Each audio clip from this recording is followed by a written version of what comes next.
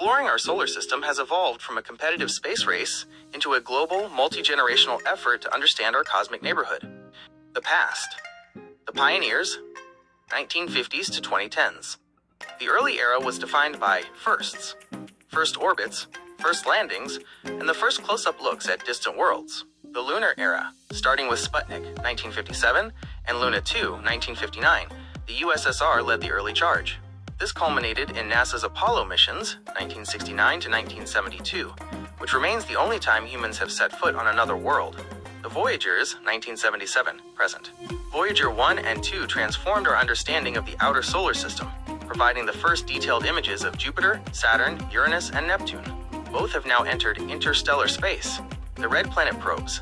After the stationary Viking landers, 1976, the 1990s and 2000s saw the rise of the rovers, Sojourner, Spirit, Opportunity, and Curiosity, which confirmed that Mars once had liquid water. Grand orbiters, missions like Cassini-Huygens, Saturn, and Galileo, Jupiter, spent years orbiting giant planets, discovering subsurface oceans on moons like Enceladus and Europa. The present, a crowded solar system, 2020s. Today, we are moving from simple observation to interaction, sampling asteroids and returning humans to the moon. Artemis 2, April 2026. We are currently in a historic moment. The Artemis 2 mission recently sent 4 astronauts on a 10-day journey around the moon and back, marking the first time humans have traveled beyond low Earth orbit in over 50 years. Asteroid sampling. Missions like OSIRIS-REx, USA, and Hayabusa 2, Japan, have successfully brought fragments of asteroids back to Earth to study the early solar system. The Martian fleet. Perseverance is currently drilling for samples on Mars that a future mission will return to Earth, while the James Webb Space Telescope provides unprecedented infrared views of planetary atmospheres. Solar Explorers, the Parker Solar Probe, is touching the sun, flying through the solar corona to understand solar wind and radiation. The future, the next frontier, 2026 to 2040s. The coming decades focus on high-risk, high-reward missions to potentially habitable moons and the ice giants. Upcoming major missions. Mission. Destination. Planned launch. Goal. MMX, Japan. Phobos, Mars. Late 2026. Sample return from the Martian moons. Chang'e 7, China. Moon South Pole. 2026. Searching for water ice in shadowed craters. Dragonfly, NASA. Titan, Saturn. 2028. A nuclear-powered octocopter to fly on Titan. Europa Clipper, Europa, Jupiter, arriving Tilde 2030. Investigating the habitability of Europa's ocean. Uranus Orbiter, Uranus, 2030s, proposed. The first dedicated mission to an ice giant. Long-term vision, Mars sample return, a complex relay involving multiple spacecraft to bring Perseverance's tubes back to Earth labs. Interstellar probe, proposed for the late 2030s, this Voyager on steroids would aim to travel 1,000 astronomical units, 1,000 times the distance from Earth to the Sun, to study the interstellar medium directly. Permanent bases. Both the US-led Gateway and the China-Russia ILRS aim to establish permanent research stations on or around the moon by the late 2030s. Which of these eras or specific planetary targets interests you the most for your research?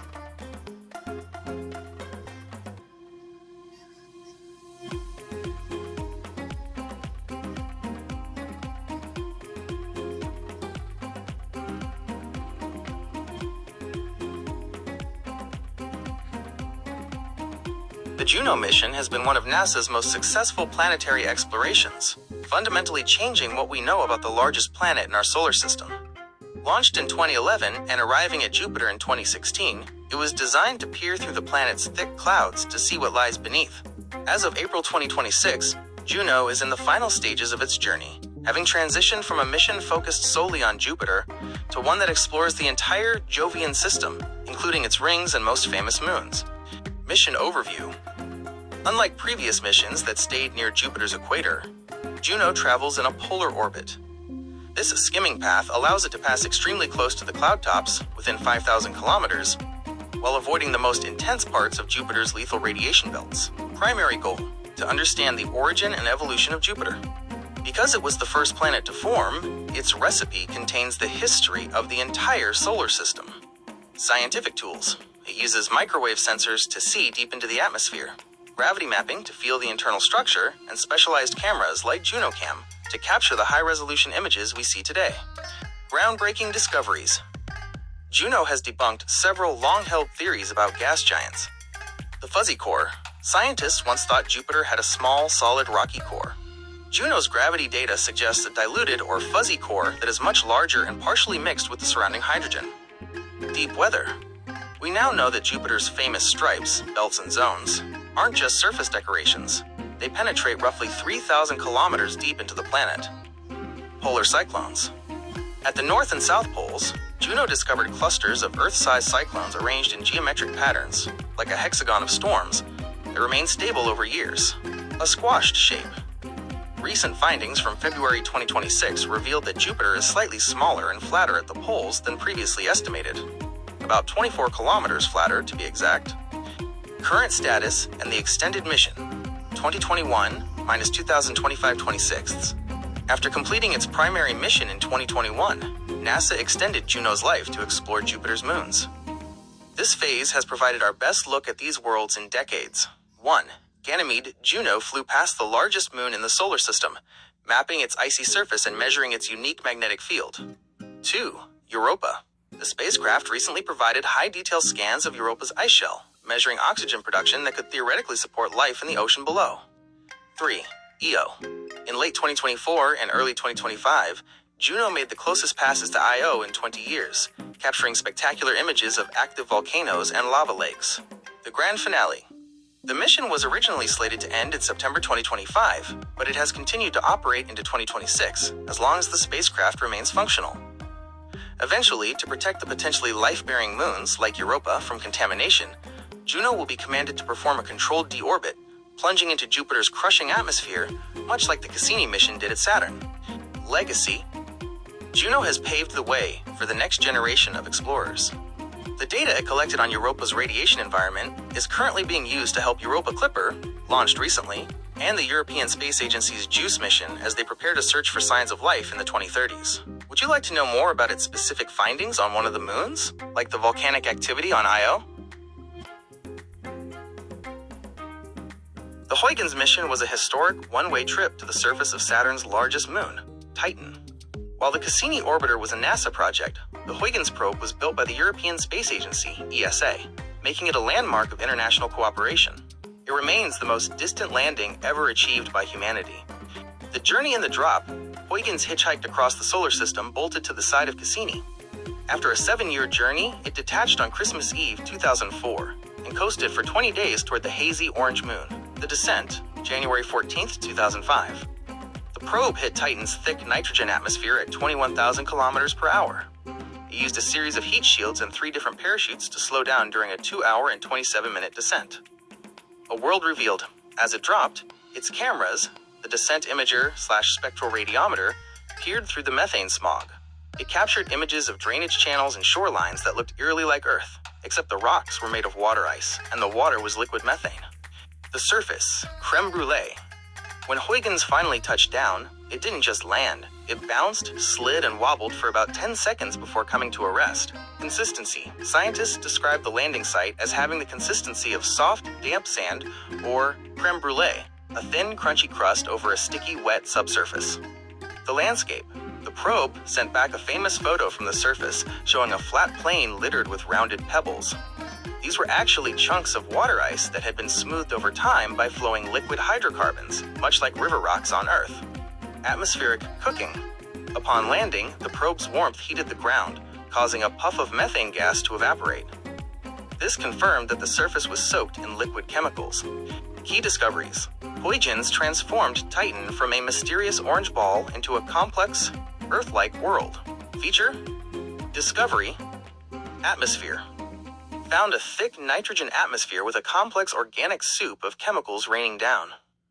Meteorology confirmed a methane cycle where it clouds, rains, and flows into lakes, similar to Earth's water cycle. Wind detected superrotation, where high-altitude winds move faster than the moon itself rotates. Potential life revealed a world rich in the organic building blocks necessary for life, though at a freezing minus 179 degrees Celsius. The end of the signal. Huygens was only designed to survive the descent and maybe a few minutes on the surface. It defied expectations by transmitting data for 72 minutes from the ground before its batteries died, and Cassini moved out of range over the horizon. Its legacy lives on in the upcoming Dragonfly mission planned for 2028, which will send a rotorcraft to Titan to fly between the different sites Huygens first glimpsed. Since you've been following the latest updates on the Europa Clipper, how do you think Titan's liquid methane environment compares to the subsurface water oceans we expect to find on Europa? The Cassini-Huygens mission was a 20-year odyssey that redefined our understanding of the outer solar system.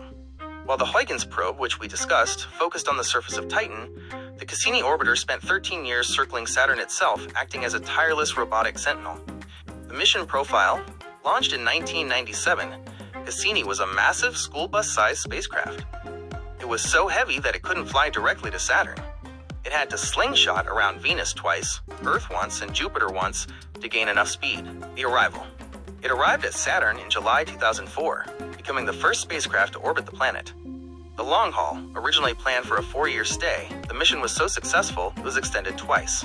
First as the Equinox mission, and finally as the Solstice mission. Major discoveries at the ringed planet. Cassini didn't just look at Saturn, it lived within its system, witnessing seasonal changes over a decade, Enceladus and the hidden ocean. Perhaps the greatest discovery was the geysers of water ice spraying from the south pole of the tiny moon Enceladus. Cassini actually flew through these plumes and detected organic molecules, proving there is a salty, warm ocean beneath the ice.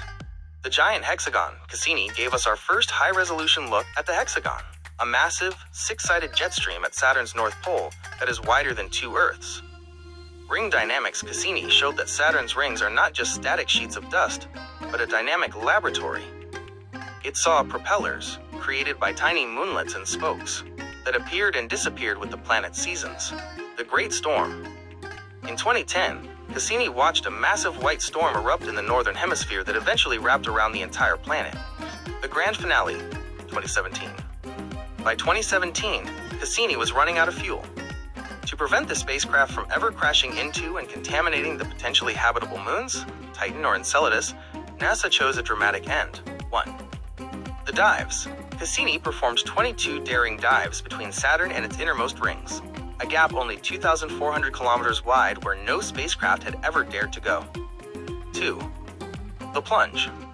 On September 15, 2017, Cassini turned its antenna toward Earth and dived directly into Saturn's atmosphere. 3. The final signal. It continued to transmit data about the atmosphere's composition until the friction and heat of the descent tore it apart, turning the multi-billion-dollar machine into a meteor over the Saturnian clouds. Legacy. Even though the mission ended nearly a decade ago, scientists are still analyzing the data. Because you're interested in upcoming missions like the Europa Clipper, Cassini is actually the reason we are going back to the outer moons. It proved that ocean worlds aren't just science fiction. They are real places where life could exist today. Since Cassini witnessed a great white spot storm during its mission, do you think your future YouTube projects might cover how these massive planetary storms compare to weather here on Earth?